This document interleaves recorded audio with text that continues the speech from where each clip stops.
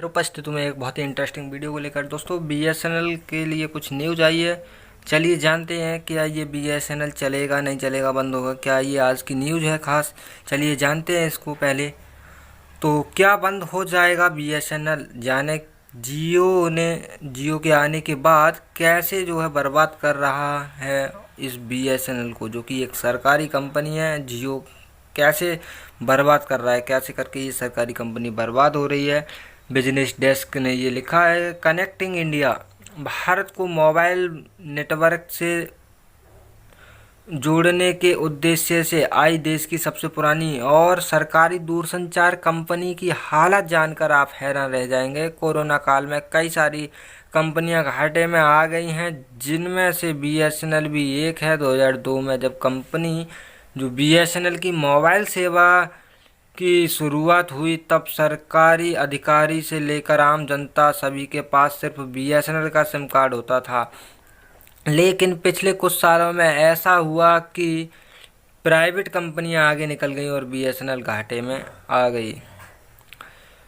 19 अक्टूबर 2002 को तत्कालीन प्रधानमंत्री अटल बिहारी वाजपेयी ने लखनऊ से बीएसएनएल मोबाइल सेवा की शुरुआत की थी। लॉन्च के कुछ महीनों के बाद ही बीएसएनएल देश की नंबर 1 मोबाइल नेटवर्क कंपनी बन गई थी। जब बीएसएनएल की शुरुआत हुई उस समय प्राइवेट ऑपरेटर 16 रुपये प्रति मिनट कॉल के अलावा 8 रुपये प्रति मिनट इनकमिंग कॉल के भी पैसे लेते थे। इस समय जो है बीएसएनएल ने इनकमिंग मुफ्त दी और आउटगोइंग कॉल की कीमत काफ़ी कम रखी। इसलिए दोस्तों ये बीएसएनएल बहुत अच्छे से चला था उस टाइम और बहुत अच्छा रेवेन्यू भी जनरेट करता था। 2002 से 2005 बीएसएनएल का गोल्डन टाइम था, जब हर कोई बीएसएनएल का सिम चाहता था और कंपनी के पास 35,000 करोड़ तक का कैश रिजर्व था। लेकिन 2006 के बाद मोबाइल नेटवर्क में प्राइवेटाइजेशन का दौर आया और कई सारी मोबाइल कंपनियां, नेटवर्क कंपनियां बीएसएनएल से आगे निकल गईं। ऐसे समय में बीएसएनएल के लिए ज़रूरी था कि मार्केट में अपनी क्षमता को बढ़ाने के लिए वह जल्द फैसले ले, पर सरकारी कंपनी होने के कारण बीएसएनएल के लिए टेंडर की प्रक्रिया पूरे होने में महीनों लग गए।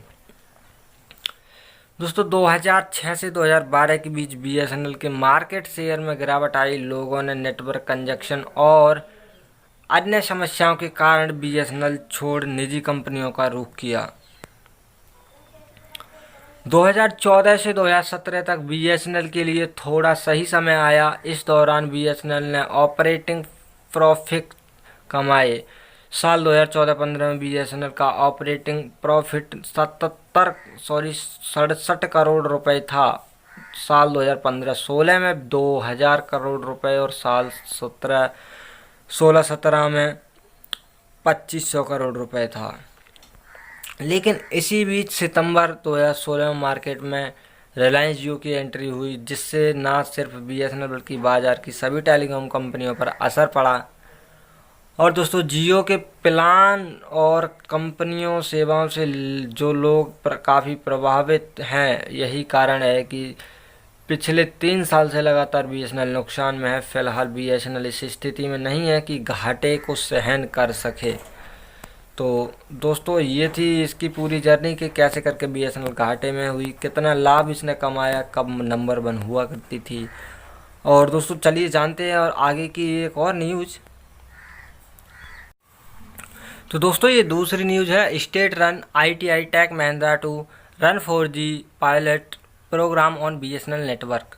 तो दोस्तों आईटीआई और महिंद्रा, जो टेक महिंद्रा दोनों कंपनियां ये बीएसएनएल के लिए पायलट का काम कर रही हैं।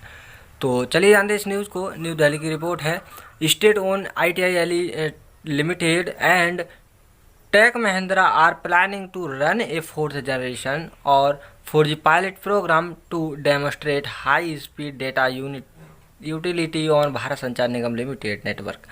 तो दोस्तों ये कहना चाह रहे हैं कि जो डेमोस्ट्रेट जो कंपनियां हैं, भारत की कंपनियां हैं आईटीआई और टेक महिंद्रा, ये दोनों ही कंपनियां जो है 4th जनरेशन के लिए काम कर रही हैं और बहुत अच्छी स्पीड इसके लिए देंगी। network and manufacture critical telecom equipment locally, raising hopes for multinational vendors such as Nokia और Ericsson।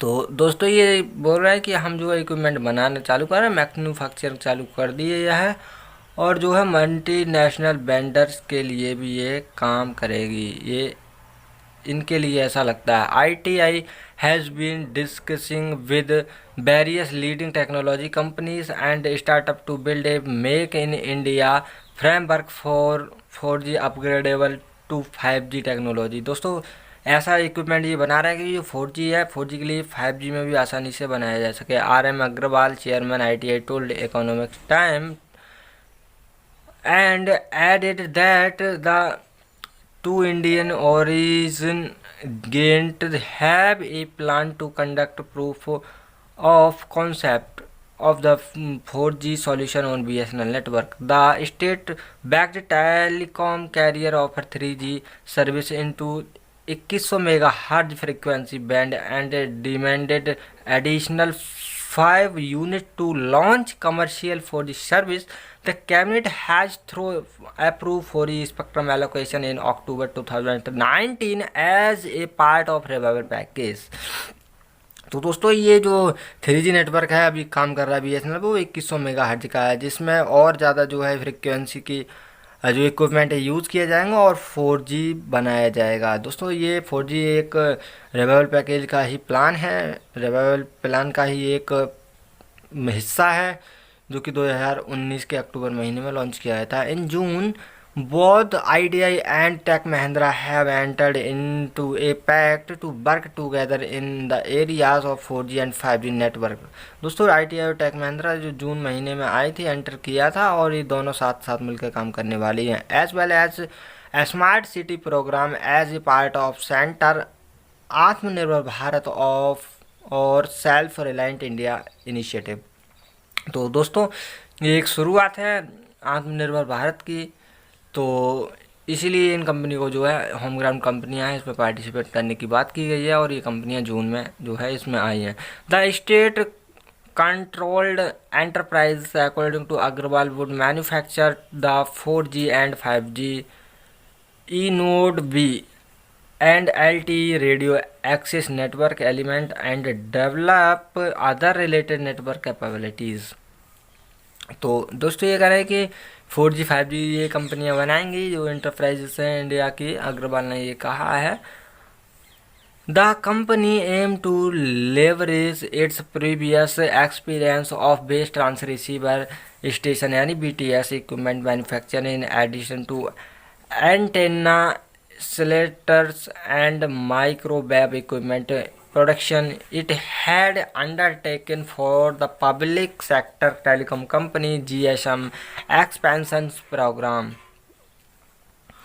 It had supplied nearly 25 million lines of 2G, 2.5G and 3G network, which according to the official is operational and it being used by BSNL subscribers even today। दोस्तों ये अभी जो चल रहा है 25 million, लगभग 25 million जो है लाइंस हैं जो कि 2G, 3G और 2.5G की है अभी, और ये करंट में वर्क भी कर रही हैं।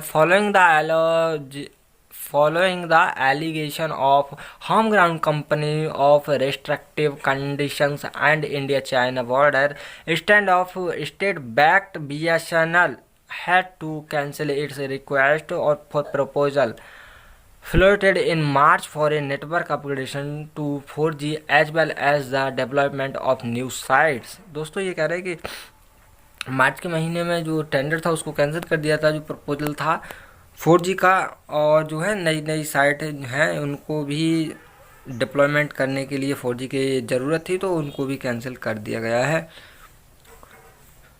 बहुत finance Nokia and Chinese ZTE being suppliers of 2G and 3G equipment were through hopeful to back further order from the state driven telecom for the priority migration to the 4G network, which however now look bleak. BSNL tender will come out only after the acceptance of Department of Telecommunication Committee, and ITI will be a key player to watch for as it lead and Atmanirbhar Bharat consortium RK Bhatnagar, former advisor Department of Telecommunication।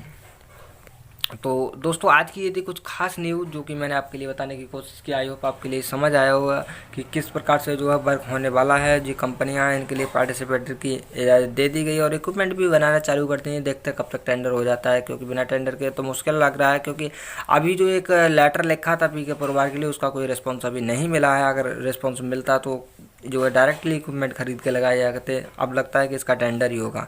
तो दोस्तों थोड़ा time consuming तो process होने वाला है, ये तो guaranteed है। और दोस्तों सैलरी की बात की जाए तो सैलरी भी मिल ही जाएगी 2-4 दिन में, और कॉन्ट्रैक्ट वर्कर की सैलरी का भी कुछ ऐसी हाल है।